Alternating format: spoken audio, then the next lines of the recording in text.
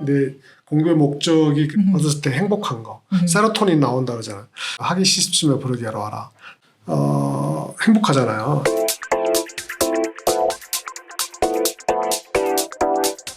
특히 저는 경제사 위주로 책을 많이 쓰는데 과거의 역사들을 이렇게 조각조각 모으다 보면 뭔가 하나의 흐름이 보일 적에 그 어떠한 그 큰 희열을 느끼는데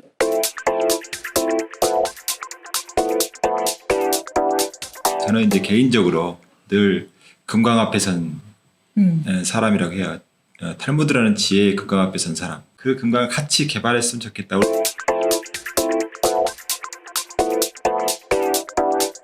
저는 문화인류학자의 눈으로 탈무드와 유대인에게서 배워서 한국인이 문화에 가장 잘 맞는 코리안 탈무드 스쿨이라는 원대한 교육 프로젝트를 만드는데 열심히 힘을 보태도록 하겠습니다. 휴넷 만세 써주셔가지고.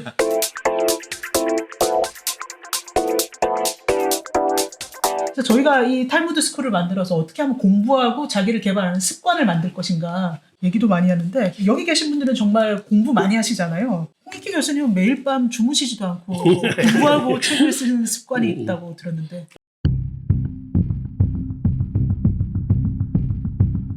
아니 그건 게을러서 그래요. 그러니까 나는 쓰고 싶을 때 쓰고 자고 싶을 때 자고 마음대로 하니까 게을러서 그런 거고. 네. 저는 그 개인적으로도 어느 순간부터는 자기 개발 이런 것에 관심을 많이 갖게 됐거든요. 그러니까 내가 왜 태어났는지, 나는 세상에다 무엇을 하고 가야 되는지 뭐 이런 생각을 많이 해서 자기 개발에 관심이 많았는데 그래서 나름대로 이제 공부를 계속하고.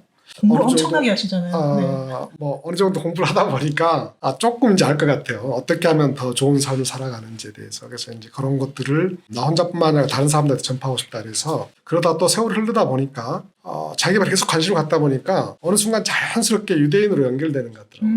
유대인이 전 세계 인구의 뭐 0.2% 그런데 불구하고 뭐 노벨상의 3% 가까이를 차지하고 있다는 등 문화, 영화, 금융 이런 거를 유대인이 지배하고 있는 거 봤을 때 사람들이 뭔가 다른 게 있으니까 그렇게 잘하지 않겠냐는 관심을 계속 가졌거든요. 원래 제가 가지고 있었던 자기개발에 대한 어떤 방법론 그 다음에 이제 한국 사람들이 가지고 있는 특성 아직은 확실히 모르지만 유대인의 그 지혜 보고라고 하는 탈무드에서 핵심적인 요소를 뽑아내서 결합을 시킨다면 사람들이 조금 더 잘 살 수 있는 그런 계기를 마련해 줄 수 있겠다. 근데 이제 유대인 교육은 어릴 때부터 그렇게 열정과 비전을 찾도록 교육 시스템이 딱 돼 있는데 한국에서 그런 교육을 못 받고 자랐다면 고착 마인드와 성장 마인드라는 게 굉장히 중요하다고 생각하는데요.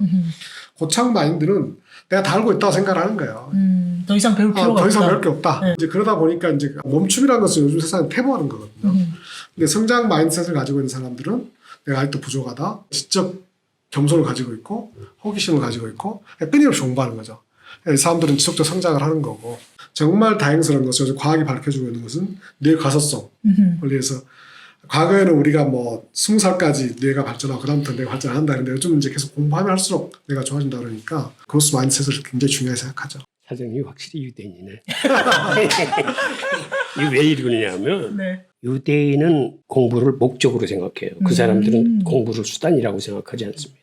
근데 그게 어떻게 해서 그렇게 됐냐면 그들이 옛날에는 성전 중심의 종교였어요. 안식일 날 성전에 가서 자기 잘못을 회개하고 기도하고 그 다음에 이제 제물을 바쳐서 자기의 죄를 용서를 받음으로써 하나님의 관계를 회복하는 거예요. 근데 기원전 6세기에 바빌로니가 쳐들어와서 성전을 파괴하고 이 사람들을 포로로 잡아가. 그러니까 유대인들이 이때 가장 멘붕에 빠진 게 이제 하나님의 집이 없으니 우리는 어디 가서 하나님을 만나? 그리고 어떻게 죄사함을 받아? 라고 했을 적에 하나님의 선지자를 통해서 새로운 가르침을 줘. 뭐라고 했냐면 너희들이 성전에 바치는 1000가지 제물보다 1시간의 공부를 더 즐거워하신다라는 메시지를 줘요. 그게 무슨 뜻이냐면 하나라도 더 공부를 해서 세상의 섭리를 하나라도 더 이해하면은 그만큼 하나님한테 한 발짝이라도 더 가까이 갈 수 있다는 거예요. 그러니까 그 이후 유대교의 가장 중요한 특징이 배움의 종교로 바뀝니다. 즉 배움은 삶의 수단이 아니고 하나님한테 가까이 가기 위한 그 자체가 목적이야. 그들이 그렇게 열심히 공부하면서 자기 분야에서 업적을 쌓아가지고 그렇게 노벨상을 많이 받거나 미국의 명문대학 교수의 30-40%가 유대인들이거든. 그런데 여기서 재밌는 거는 공부를 혼자 하지 않는다는 게 중요해요. 네. 이게 항상 같이 해요, 유대인들은. 탈무드에도 혼자 그게- 공부하면 저주가 있으리라고 이게 이러잖아요. 그게 탈무드야. 야, 이렇게 유대인들이 말명도 많이 하고 천재가 많은 데는 이 사람들 교육법 특유의 그 하브르타 문화가 있을 것 같아요. 하브타의 정의는 짝을 지어서 질문하고 대화 토론 논쟁하는 건데 한마디로 말씀드리면 질문 토론식 학습이다 이렇게 보시면 돼요. 이 교육은 그 질문을 통해서 결핍도 경험하게 하고 또 질문을 던짐으로써 이제 상대방과 서로 대화할 수 있는 기회도 만들고 그 대화 속에서 소통이 이루어지고 진리를 추구하기 위한 논쟁까지 연결되면 굉장히 샤프한 대화하는 두 사람 머리 이 사이를 창조의 공간이라고 그래요. 창조라는 게 우리는 없는 것을 만들 수는 없어요. 있는 걸 섞어가지고 새로운 걸 만들어내는 게 창조력이잖아요. 그러다 보니 아이디어 하나가 이쪽으로 가면 마치 예를 들면 사장님이 이렇게 갖고 있다. 네. 그러면 서로 교환해 보시면 하나 주면 하나 남아요. 그런데 아이디어는 아니에요. 아이디어는 하나 준다고 내 것이 도망가지 않아요. 그렇죠. 네. 두 개씩 남는 거예요. 근데 사람이 많을수록 더 축적되는 거죠.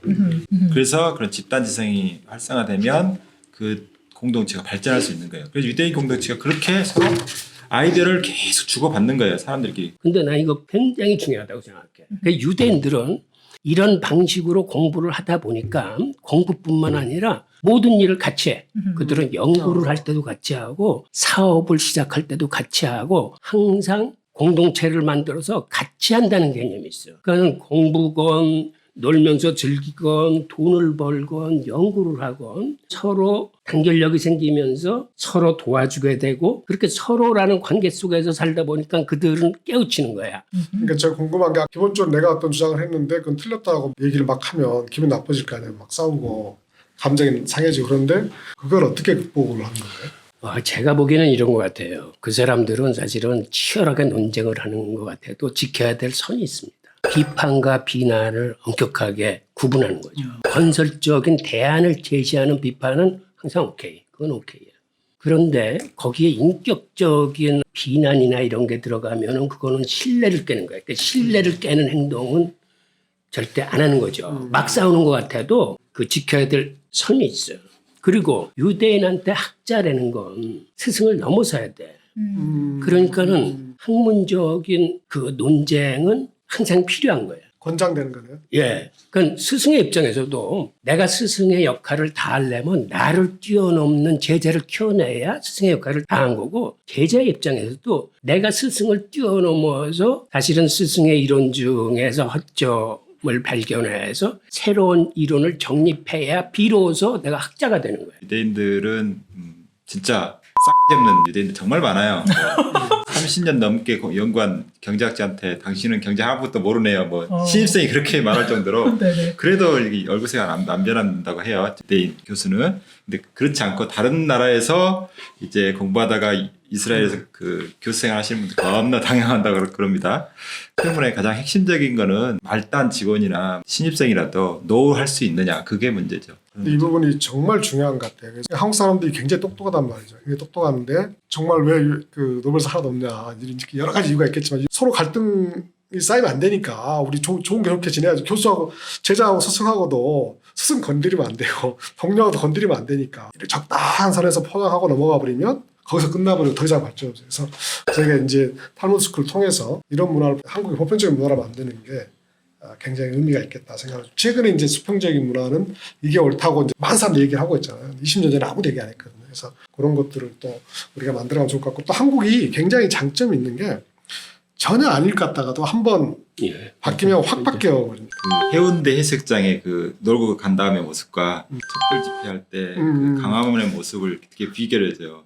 둘 다 100만 병씩 모였어.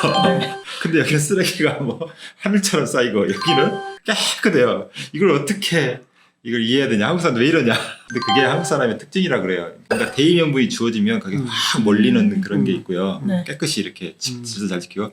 탈무드와 유대인의 사례를 통해서 좀 더 심도 깊게 풀어보고 또 우리 삶에 어떻게 적용할 수 있을 것인지는 계속 얘기해보는 우리의 정말 큰 빅 프로젝트가 될 것 같습니다. 자, 이제 우리가 코리안 탈무드 스쿨 본격적인 출발을 해야 되는데 이걸 시작하기 앞서 한마디씩 각오를 들어보고 싶은데요. 사장님 어떠세요? 실천해야죠. 실천. 네. 과감하게 실천. 과감한 그래서 실천. 도전하고 실패를 장려하고 이런 것들이 지금 우리한테 필요한 것 같아요. 실패할 거가 하고 걱정이 되더라도 일단 달려보는 정신이 필요한 게 아닌가. 저는 탈무드를 연구하는 사람이기 때문에 실생활에서 어떻게 토라의 그 가르침을 적용할 것이냐. 저는 개인이면 개인, 회사면 회사 그런 개념들을 이해하고 적용하면 좋겠다 그렇게 생각합니다. 교수님 어떠세요? 탈무드나 이런 건 사실은 굉장히 딱딱하고 재미없어요. 우리가 해야 될 일은 이런 걸 어떻게 쉽고 재미있게 전달할 수 있을까라는 게 굉장히 중요한 요소고, 또 하나는 유대인에 대한 평가가 굉장히 엇갈리지만 그들한테 배우려면 그들이 무슨 일을 어떻게 어떤 마음가짐으로 해야 하는지 일단은 알아야 돼. 네. 그들에 대해서 알아야 돼. 지피지기. 네. 네, 여러분은 어떻게 느끼셨는지 모르겠네요. 네, 좋아요, 구독, 댓글로 마음 표현해 주시면 다음 편에 더욱 발전된 내용으로 찾아뵙도록 하겠습니다. 감사합니다. 감사합니다. 감사합니다. 다음번 이거 안 했지? 그냥 이렇게 횟수가 어떻게 있길래.